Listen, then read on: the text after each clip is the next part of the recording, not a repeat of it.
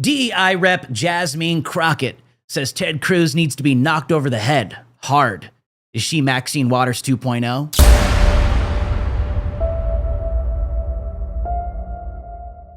Representative Jasmine Crockett appears to issue a violent threat against Texas Senator Ted Cruz. Far-left Representative Jasmine Crockett is doubling down on calls for violence against Republicans despite potential legal ramifications. On Sunday, Crockett sat down with NBC5's Dallas Morning News to discuss a variety of issues, including the Trump administration's policies, national issues affecting her district, and how Democrats can fight back against Trump. I think that you punch.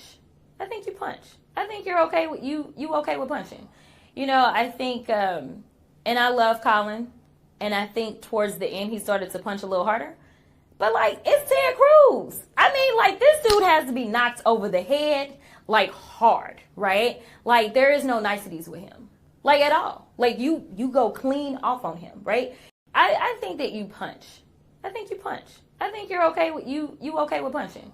You know, I think, and I love Colin, and I think towards the end he started to punch a little harder. But, like, it's Ted Cruz. I mean, like, this dude has to be knocked over the head, like, hard, right? Like, there is no niceties with him, like, at all. Like, you go clean off on him, right? Now, she may argue she's speaking metaphorically here, but we know exactly what she's doing. This is the exact same rhetoric they use against Elon Musk. This is the exact same rhetoric they've been using against Donald Trump for the past 10 years.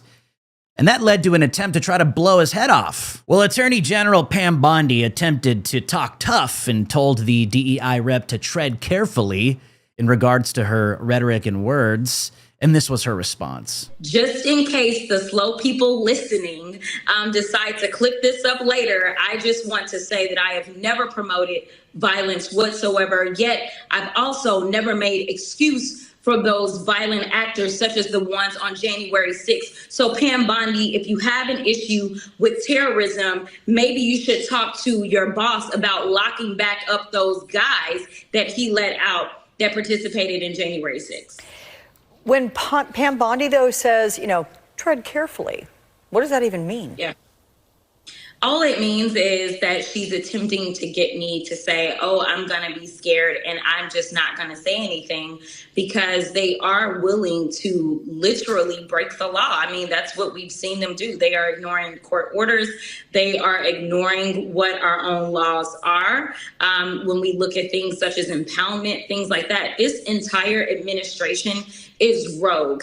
And this isn't about partisanship. I keep trying to tell people that we are living in the time of good versus evil, right versus wrong. Well, until a major arrest is made from Pam Bondi, then Jasmine Crockett can have something to fear. Until then, they're just going to be all over the mainstream media mocking her and President Trump. Well, speaking of Democrats, the Democrat collapse continues. Democrat infighting worsens. Rising star takes direct shot at touring AOC. Representative AOC wants to make hay while the sun is shining and to potentially become her state's next senator. Senator Alyssa Slotkin, having recently been promoted from the lower to upper chamber by Michigan voters, wants AOC to know that crowing about getting more progressive sounds great until you have to actually get something done. AOC has been joining independent socialist Senator Bernie Sanders on his so-called Fighting Oligarchy tour. According to The Hill, Slotkin told Michiganders during a town hall meeting this week that her state's politics, quote,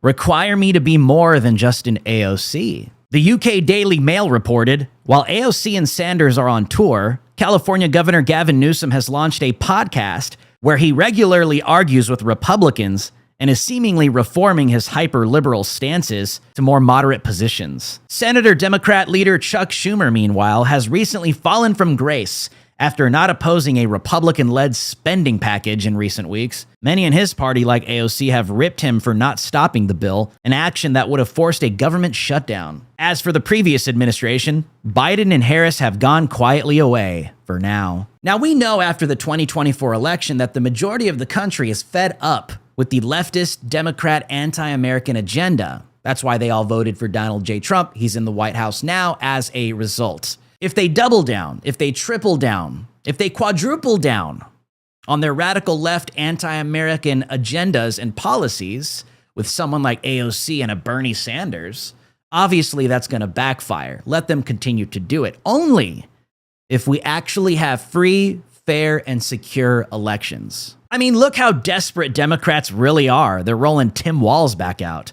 Minnesota Governor Tim Walz walks back Tesla joke after discovering state pension's massive stake, admits his hatred for Musk is unhealthy. Minnesota Governor Tim Walz has said he regrets a joke about wanting Tesla's stock to fall. Last week, the failed vice presidential candidate for Democrats told an audience that seeing a decline in Tesla's stock price makes him happy. Saying on my phone, I don't know, some of you know this on the iPhone, they've got that little stock app. I added Tesla to it to give me a little boost during the day.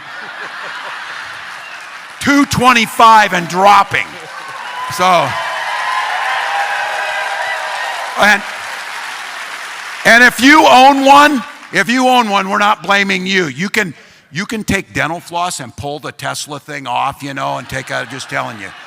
Is the new Democrat strategy to have their puppets attempt to be stand-up comedians with stale jokes and cringe so-called humor? However, Tim Walz appears to have now backtracked on those comments, admitting that Elon Musk bugs me in a way that's probably unhealthy. I have to be careful about, quote, being a smartass, he said. I was making a joke. A terrible one. His apology came after it emerged that the Minnesota State Board of Investments pension fund owned around 1.8 million shares of Tesla stock. The stake is equivalent to around $400 million and a direct link to the financial security of his constituents. This guy bugs me in a way that is probably unhealthy. And but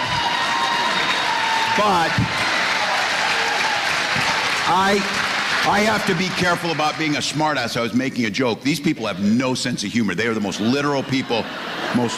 But my point was they're all mad, and I, said something I didn't, probably shouldn't have about a company. He is agreed. So I make the case. They're all butthurt about the Tesla thing, but they don't care the disrespect they have shown to employees at the Minneapolis VA who care for our veterans, and they fire them. They don't care.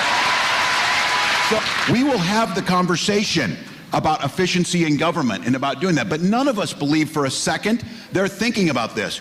Oh, we fired everybody that's dealing with Ebola. And then he went into the Oval Office wearing a hat. I don't ever want to hear anybody talk about decorum and respect or that. Wearing a hat, coming in there, richest man in the world. Again, this maybe is just me. If I'm the richest man in the world, I'm like out on the streets handing out the money. It'd be fun as hell just to help people out. Go help people out. Not this guy. Not this guy. Interesting, isn't it? The guy that got obliterated during the last election is now out there again, attempting to make a name for himself, obviously propping himself up for a 2028 run as president within the Democrat Party. Insanity. Speaking of the insane, good old Bernie Sanders shocks supporters, praises Trump's border security. Senator Bernie Sanders has said he supports President Trump's efforts in securing the U.S. border and stopping illegal immigration. During an interview on This Week, host Jonathan Karl asked Sanders whether he thought there was anything Trump had done right. Here was his response. Is there anything that you think Trump has done right? Yeah, I think cracking down on fentanyl, making sure our borders are stronger.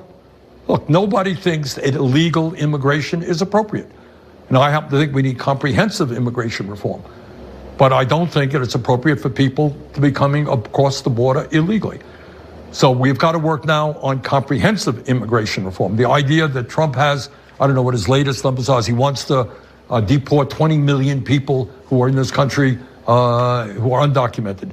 Well, you do that, you destroy the entire country, because I got news for you. Trump's billionaire friends are not going to pick the crops in California that feed us. They're not going to work in meat packing houses. That's what undocumented people are doing. I love when they go there because it's hilarious. In their minds, the only illegal aliens that exist in the United States of America are the ones that pick crops and work in meat packing factories. Okay, Bernie. Bernie also got fussy and stormed off the interview when he was asked about AOC possibly running. Alexandria is extraordinary. I am so impressed by her work in Congress and her Just she inspires young people all over the country. Would you like to see her join in the Senate? Right now, we have, as I said, just a whole lot of people in the Congress. Okay, Jonathan, thanks. Wait, I got one more. This is important. Well, I asked you. Okay. You know, you want to do nonsense, do nonsense. No. I don't want to talk about inside the Beltway stuff. I got 32,000 people. I was just asking you about AOC because she was out there with you. No, fine, but I don't want to talk about this. What was the last question? I was just going to ask you one more question about you. I mean, that's all. I was literally your last. That seems like a touchy subject. The Democrat Party is seriously divided right now.